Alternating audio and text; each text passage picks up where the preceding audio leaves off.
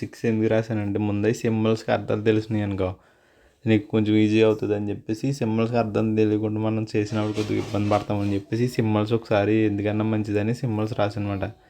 ఈ బుక్లోనే దొరకవు ఎక్కడ కూడా, ఒకసారి ఎందుకన్నా మంచిది తెలుసుకుంటావు అని చెప్పి ఒక దుక్కుని రాశానమాట. ఇవన్నీ బేసిక్స్ ఎగ్జామ్లో ఇవ్వడు, కానీ వీటి మీద అవగాహన ఉంటే మ్యాథ్స్ అనేది ఈజీగా ఉంటుంది అన్నమాట. ఇప్పుడు కూడా మ్యాథ్స్ అనేది బేసిక్స్ పునాదులు గట్టిగా ఉంటే బేసిక్స్ అనేవి స్ట్రాంగ్గా ఉంటే అంత ఫాస్ట్గా చేయగలమన్నమాట. ఇది చిన్నప్పటి నుంచి చూస్తున్నాం కదా, plus minus into divided by ఇవన్నీ కూడా బోర్డమర్స్ రూల్స్లో పార్ట్ అన్నమాట. ఇవి నీకు అర్థమైపోద్ది ఇవన్నీ చిన్నప్పటి నుంచి చూసియే కాబట్టి. ఈక్వల్ అంటే ఈ సమానం అని అర్థం, నాట్ ఈక్వల్ అంటే సమానం కాదని అర్థం. అప్రాక్సిమేట్లీ అన్నమాట ఇలా ఉంటుంది, ఈక్వల్గా ఉంటుంది అంటే దాదాపు సమానం అన్నమాట.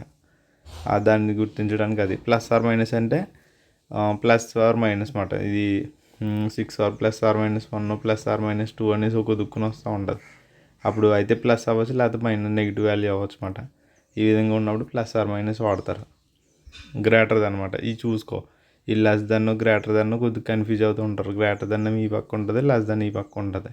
ఈ రెండాటికి కన్ఫ్యూజ్ అవ్వద్దు, చూసుకో. అంటే రెండు వాల్యూస్ ఈ పక్కన ఇచ్చి రెండాటిలో ఏది పెద్దది అన్నప్పుడు గ్రేటర్ దెన్ అన్నప్పుడు, లేకపోతే ఇటు పక్క ఉంటే ఇది చిన్నదని ఇది పెద్దదని, ఆ విధంగా లెస్ దెన్, ఈ విధంగా ఉంటాయి సింబల్స్. ఇదేమో గ్రేటర్ దెన్ ఆర్ ఈక్వల్ అంటే పెద్దది కానీ సమానం కానీ. ఇది దీనికంటే పెద్దది అవ్వచ్చు లేదా సమానం అవ్వచ్చు. ఇదంటే లెస్ దెన్ ఆర్ ఈక్వల్ అంటే అయితే చిన్నది అవ్వచ్చు లేదా సమానం అవ్వచ్చు అని అర్థం. అలాంటి దుక్కునది వాడతారు. ఇది స్క్వేర్ బ్రాకెట్, ఇదేమో ఇది తెలుసు కదా నార్మల్ బ్రాకెట్ అంటాం. ఇదేమో దీని పేరు ఇది ఏదో ఉంది చూడు, ఇదేమో మీసాల బ్రాకెట్ అని తెలుగులో ఏదో అంటారు దీన్ని.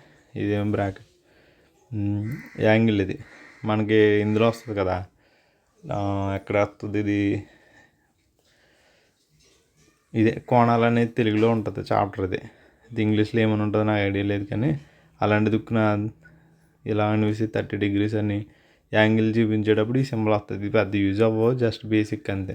రెక్టాంగులర్ అంటే 90 degrees దగ్గర ఇది వాడతారు అన్నమాట. ఇది ఇంపార్టెంట్. ఇది స్క్వేర్ రూట్ అనేది తెలుసు కదా, రూట్ ఆఫ్ 4 అంటే 2 వాల్యూ అని, ఈ విధంగా రూట్ ఆఫ్ 9 అంటే 3 అని, ఈ విధంగా ఉంటుంది. ఇక్కడ ఏమీ లేకపోతే 2 అని అర్థం అన్నమాట, రూట్ 2. ఓకేనా. ఇక్కడ 3 అని ఉంది కదా, రూట్ 3, రూట్ 4 అంటే దాన్ని ఒక ఫర్ ఎగ్జాంపుల్ 8 ఉందనుకో, 8లో 4వ వంతు అలా రాయాలన్నమాట.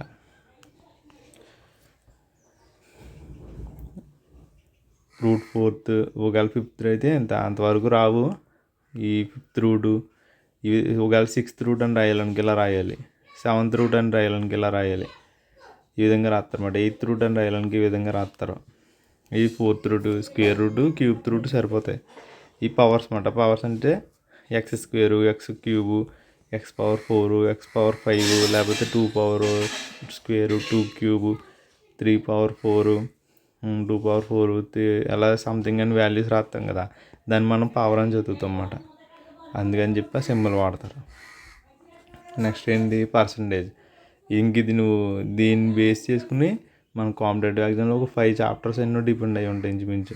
అంత ఇంపార్టెంట్ మాట. దీని గురించి చాలా డెప్త్గా చదువుకోవాలి. పర్సంటేజ్ సింబల్ గురించి. పర్సంటేజ్ అంటే 100/100 అన్నమాట. 100కే అంత. 50% అంటే సగం అవుతుంది. 30% అంటే 30వ వంతు. ఈ విధంగా ఉంటుంది. ఇది చాలా డీప్గా చదువుకుంటారులే. ఇది ముందు అర్థమైంది percentage. Next infinity value. Infinity అంటే అనంతం, తెలుగులో అనంతం అంటారు. ఇన్ఫినిటీ అన్నమాట.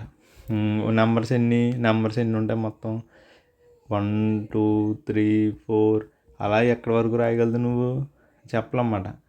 ఇన్ఫినిటీ అలా రాసుకుంటూ పోవడమే. ఆ విధంగా చెప్పలేం అన్నమాట. అలాంత దూరాన్ని ఇప్పుడు భూమి ఆకాశం అది మన స్కై అనేది ఎంత దూరంలో ఉంది చెప్పలేం, అది ఇన్ఫినిటీ. ఈ విధంగా ఇన్ఫినిటీ అన్నమాట. చెప్పలేని దాన్ని ఇన్ఫినిటీతో చూసేస్తారు. ఇంటిగ్రల్ అంటే నీకు తెలిసి ఇంటర్లో చదువుకుని ఉంటావు కదా, సమ్ ఆఫ్. ఇదంటే ఫర్ ఎగ్జాంపుల్ 1 + 2 + 3 + 4 అని ఇలా రాయాలనుకో, ఈ 1 2 3 4 వీటి అన్నిటిని మొత్తం ఎంత అని చూపించినప్పుడు సమ్ ఆఫ్ అని రాస్తారన్నమాట. అంటే మొత్తం వీటి మొత్తం అనేది చూపించడానికి సింబల్ని ఇది వాడతారు. ఫ్యాక్టోరియల్ అంటే గుణకారం అన్నమాట. ఫర్ ఎగ్జాంపుల్ 4 ఫ్యాక్టోరియల్ అంటే 1 ఇంటూ 2 ఇంటూ 3 ఇంటూ 4 తెలుసు కదా. ఇది ఇంటర్లో అక్కడ వస్తుంది 1 ఇంటూ 2 ఇంటూ 2 అంటే దీన్ని ఎలా రాస్తారు 4 ఫ్యాక్టోరియల్ అంటారు. అంటే దీని వాల్యూ ఎంత 1 2 2 6 12 దీని వాల్యూ ఎంత 12 అన్నమాట. 4 ఫ్యాక్టోరియల్ వాల్యూ ఎంత 12 సారీ 24 ఇది